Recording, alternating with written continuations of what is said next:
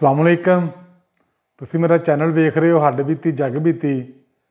ਅੱਜ ਨਾ ਮੈਂ ਤੁਹਾਡੇ ਨਾਲ ਇੱਕ ਛੋਟੀ ਜਿਹੀ ਗੱਲ ਕਰਨਾ ਚਾਹੁੰਦਾ ਜਿਹਦਾ ਮਕਸਦ ਇਹ ਵੇ ਕਿ ਤੁਸੀਂ ਆਪਣੇ ਛੋਟੇ ਬੱਚਿਆਂ ਨੂੰ ਹਮੇਸ਼ਾ ਤੋਂ ਦਰੁਸਤ ਮਾਲੂਮਾਤ ਦੇਣੀ ਹੈ।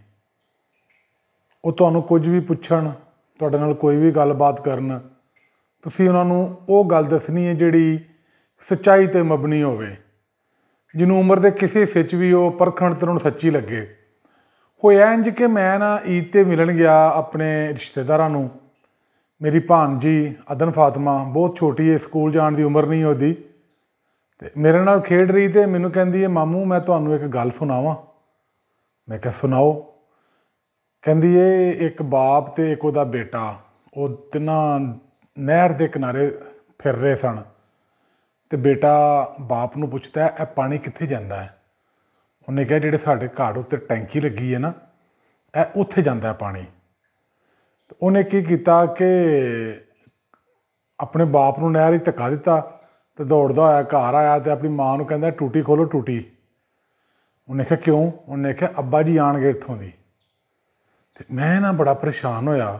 ਉਹ ਬੜੀ ਖੁਸ਼ ਕਿ ਮੈਂ ਆਪਣੇ ਮਾਮੂ ਨੂੰ ਲਤੀਫੇ ਸੁਣਾ ਰਹੀ ਹਾਂ, ਗੱਲਾਂ ਸੁਣਾ ਰਹੀ ਹਾਂ। ਹੁਣ ਤਾਂ ਖੈਰ ਮੈਂ ਕੁਛ ਨਾ ਕਿਹਾ, ਲੇਕਿਨ ਉੱਥੇ ਬੈਠਿਆ ਮੈਨੂੰ ਇੱਕ ਗੱਲ ਹੋਰ ਯਾਦ ਆ ਗਈ। ਇੱਕ ਦਿਨ ਮੈਂ ਇੱਕ ਜਗ੍ਹਾ ਕੋਈ ਪ੍ਰੋਗਰਾਮ ਵੇਖ ਰਿਹਾ ਸਾਂ। ਉੱਥੇ ਜਿਹੜਾ ਮਹਿਮਾਨ ਸੀ ਉਹਨੇ ਕਿਹਾ ਜੀ ਮੈਂ ਛੋਟਾ ਜਿਹਾ ਸਾਂ ਅਤੇ ਮੈਨੂੰ ਕਿਹਾ ਗਿਆ ਕਿਹੜਾ ਜਹਾਜ਼ ਹਵਾ 'ਚ ਉੱਡਦਾ ਨਾ, ਇਹਦੇ 'ਚ ਹਵਾ ਭਰੀ ਹੁੰਦੀ ਹੈ। ਉਹਨੇ ਕਿਹਾ ਹੁਣ ਮੈਂ ਜਵਾਨ ਆ, ਇਹਦੇ ਬਾਵਜੂਦ ਮੈਨੂੰ ਜਦੋਂ ਫਿਜ਼ਾ 'ਚ ਜਹਾਜ਼ ਉੱਡਦਾ ਨਜ਼ਰ ਆਉਂਦਾ ਹੈ ਅਤੇ ਮੈਨੂੰ ਇੰਝ ਹੀ ਲੱਗਦਾ ਜਿਵੇਂ ਇਹ 'ਚ ਹਵਾ ਭਰੀ ਹੈ। ਤੁਸੀਂ ਕੋਸ਼ਿਸ਼ ਕਰੋ ਆਪਣੇ ਬੱਚਿਆਂ ਨੂੰ ਦਰੁਸਤ ਅਤੇ ਸਹੀ ਮਾਲੂਮਾਤ ਦਿਓ। ਉਹਦੀ ਇੱਕ ਤੁਹਾਨੂੰ ਮੈਂ ਛੋਟੀ ਜਿਹੀ ਹੋਰ ਮਿਸਾਲ ਦਿਆਂਗਾ। ਇੱਕ ਦਿਨ ਮੈਂ, ਮੇਰਾ ਦੋਸਤ ਅਵੈਸ ਅਤੇ ਅਫਜ਼ਲ, ਅਸੀਂ ਪਾਰਕ 'ਚ ਬੈਠੇ ਸਾਂ। ਮੇਰੇ ਕੋਲ ਸੀ ਟਰਾਈਪੋਡ ਜਿਹਦੇ 'ਤੇ ਨਾ ਮੈਂ ਕੋਈ ਵੀਡੀਓ ਵਗੈਰਾ ਬਣਾਉਣਾ ਜਾਂ ਫੋਟੋ ਵਗੈਰਾ। ਦੋ ਛੋਟੇ ਬੱਚੇ ਉਹ ਗੁਜ਼ਰਨ ਦੇ ਰਹੇ ਨੇ ਅਤੇ ਮੈਨੂੰ ਪੁੱਛਦੇ ਨੇ ਚਾਚੂ ਜੀ ਇਹ ਕੀ ਹੈ। ਮੈਂ ਉਹਨਾਂ ਨੂੰ ਬਿਠਾ ਕੇ ਪੂਰੀ ਤਫਸੀਲ ਨਾਲ ਦੱਸਿਆ ਕਿ ਇਹ ਕੀ ਹੈ, ਇਹਦਾ ਮਕਸਦ ਕੀ ਹੈ, ਇਹਨੂੰ ਕਿਵੇਂ ਖੋਲ੍ਹਿਆ ਜਾ ਸਕਦਾ ਹੈ, ਕਿਵੇਂ ਬੰਦ ਕੀਤਾ ਜਾ ਸਕਦਾ ਹੈ। ਅਵੈਸ ਭਾਈ ਬੜੇ ਹੈਰਾਨ ਹੋਏ, ਕਹਿੰਦੇ ਕੋਈ ਅਨਨੋਨ ਬੱਚਾ ਹੈ, ਤੁਸੀਂ ਉਹਨੂੰ ਇੰਨੀ ਮਾਲੂਮਾਤ ਦੇ ਰਹੇ ਹੋ। ਮੈਂ ਕਿਹਾ ਇਹ ਬੱਚੇ ਸਾਡਾ ਮੁਸਤਕਬਿਲ ਨੇ, ਠੀਕ ਹੈ।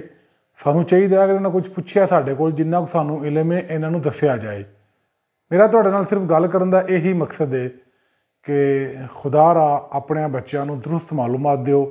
ਨਾ ਉਹਨਾਂ ਦੇ ਅੰਦਰ ਕੋਈ ਬਿਲਾ ਵਜ੍ਹਾ ਡਰ ਪੈਦਾ ਕਰੋ, ਨਾ ਉਹਨਾਂ ਨੂੰ ਬਿਲਾ ਵਜ੍ਹਾ ਜ਼ਹਿਨੀ ਤੌਰ 'ਤੇ ਪਰੇਸ਼ਾਨ ਕਰੋ। ਬਸ ਇਹੀ ਮੇਰਾ ਅੱਜ ਦਾ ਪੈਗਾਮ ਸੀ ਜੀ। ਸ਼ਾਦ ਰਵੋ, ਆਬਾਦ ਰਵੋ। ਖੁਦਾ ਹਾਫਿਜ਼।